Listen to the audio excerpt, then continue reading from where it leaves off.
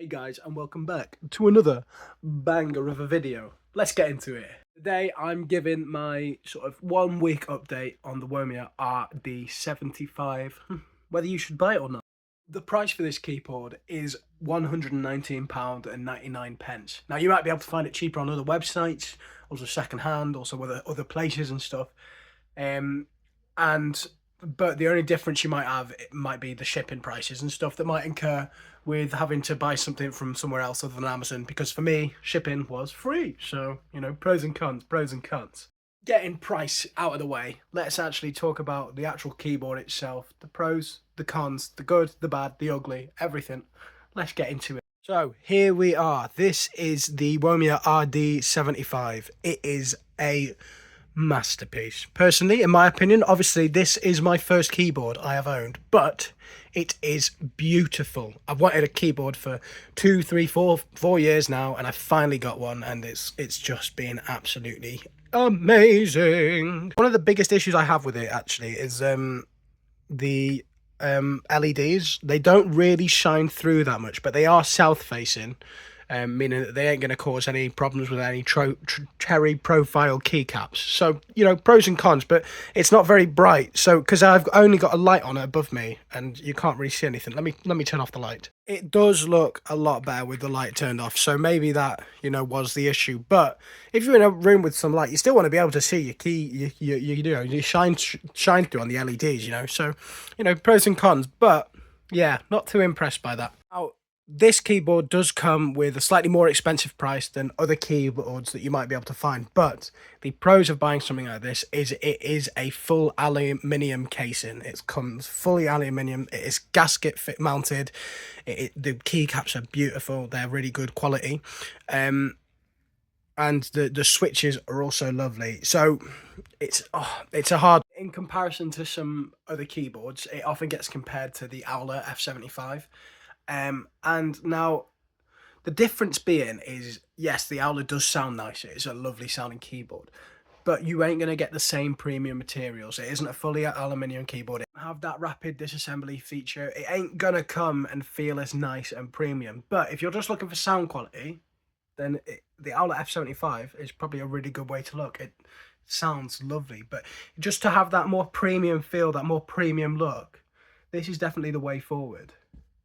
Other keyboard that this often gets compared to is the Rainy 75. Now, the difference between the two is actually the Rainy 75 has a higher price tag, but in terms of materials, what they offer, sound quality, the Womier is just as good, if not better, at everything it does. It is a phenomenal keyboard. I mean, obviously I can't say without actually comparing them, but everything I've watched, everything I've seen, everything I've heard, they come pretty even in the standing point. But why wouldn't you want to pay a few, maybe 10, 20 pounds cheaper, It seems like a no-brainer to me. But here it is. And when actually getting down to it, everything I've used it for, sort of typing up things, it has been phenomenal. There's little to no latency on the presses. And it's just a really satisfying feeling to be typing on it. Now, I know it is a slightly more premium price point when you're looking at stuff on Amazon and you're seeing stuff for 60 quid. But if you really enjoy that nice feeling, it is definitely worth, saving up a little bit. Like, I've saved up for this and I've wanted one for ages, so it feels more good. And I also did a lot of research and a lot of looking around, and this is the one keyboard that I was like, actually, it fits my sort of price range and still offers me some of that more premium feel. There's not a lot to complain about at all. Yeah, after spending a week or so with this, I would highly recommend everyone to go and have a look.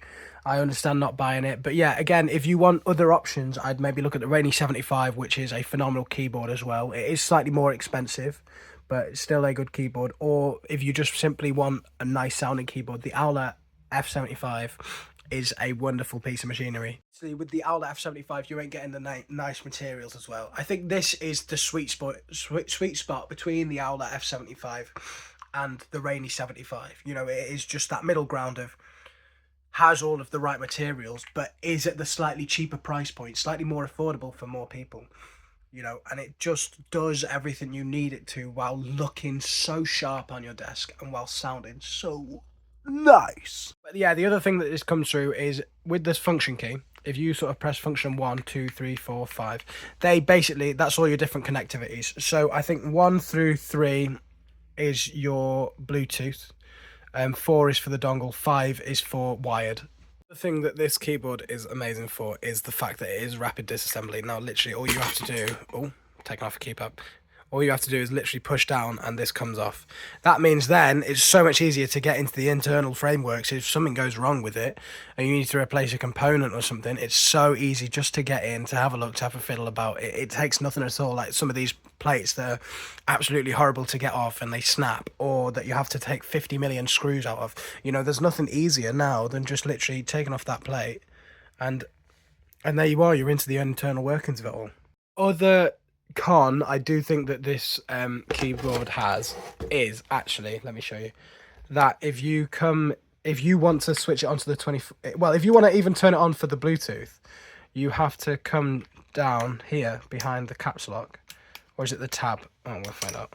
No, behind the caps lock, and there's a little on off button. Now, it's not that hard to do, it's quite easy, quite simple to get in, but it is something you're going to have to think about every time. If you want to go on your Bluetooth mode or just have the Bluetooth or the wireless, you are going to need to go in, take out the keycap and switch it on. You know, there's not an easier switch to sort of get to, but it is a small little price to pay for having a phenomenal keyboard. There we go, guys. That is my review of this keyboard. I think it is a fabulous keyboard. I think it works for everything you need it to work for. It feels amazing. It looks amazing. You know, there's so much to like about it, and it's such a good price as well, seeing as though for stuff you could be looking at paying sort of 50 quid more for a similar sort of product that does all the same stuff. You know, obviously you could go lower down, but if you want those premium, the premium materials, I think it is really one of the best out there. Don't worry, I'm going to do a little sound test just now, but before then, remember, subscribe, like, comment, tell me what else you want to see. If you want to see singing, if you want to see juggling, you know, gaming, anything, Rubik's Cubes, yo-yoing, magic, darts, I'm getting into all of it. So if you want to see anything else from this channel, from me, from these videos, please let me know in the comments, and I will sign you out with a little sound test. Bye.